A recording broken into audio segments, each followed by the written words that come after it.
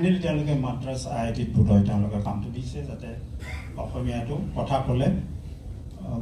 টেক্সটত ওলাব পাৰে যাৰ ফলত আপোনালোকৰ অতি সুবিধা হ'ব পাৰে এটা বিলেক ডাঙৰ এন্টিটি নহয় মিডিয়াটো এন্টিটি হ'ব লাগিব ৰাইজ সমাজখনৰ পাৰে আৰু নহ'লে হ'ব কি আমি বেলেগৰ পৰা ধাৰ কৰি অনা বস্তুবিলাকৰ দ্বাৰা আমি সংবাদ মাধ্যম চলাব লাগিব 7টা ভাৰতীয় ভাষাত অসমীয়া আছে নে তাত অসমীয়া ভাষাটো নাই ধৰ শইকীয়া দিব আন্তৰিক ধন্যবাদ জ্ঞাপন কৰিছোঁ মাননীয় মহোদয়ে যদিও ক্ষমা আৰু চিন্তাকৰ্ষক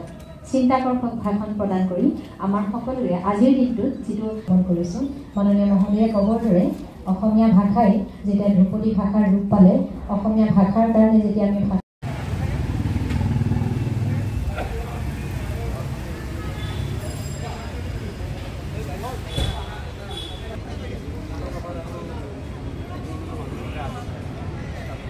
Today's meeting was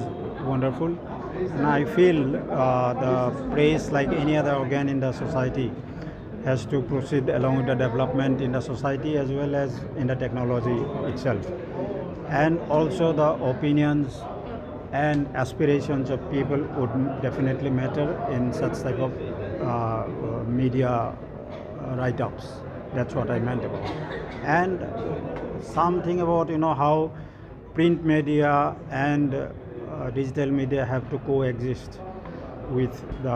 ensuring the truthfulness of any news and opinions. So it was really good. See, corporatization is an important aspect not only in media but also even in writing industry. You see, even in writing novels or any other books and all, corporate houses have come in a big way all over the world. So my idea is how the press,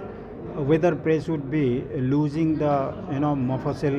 reporters in the different fields to narrate the local issues. That possibility should not be lost. So it has to move in such a way that local issues, local opinions should be getting equal prominence in the media, even if it becomes corporatized. That is what I meant. 7টা ভাৰতীয় ভাষাত অসমীয়া আছে নে তাত অসমীয়া ভাষাটো নাই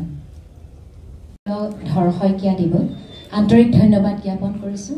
মাননীয় মহোদয়ে যদিও ক্ষমা আৰু চিন্তাকৰ্ষক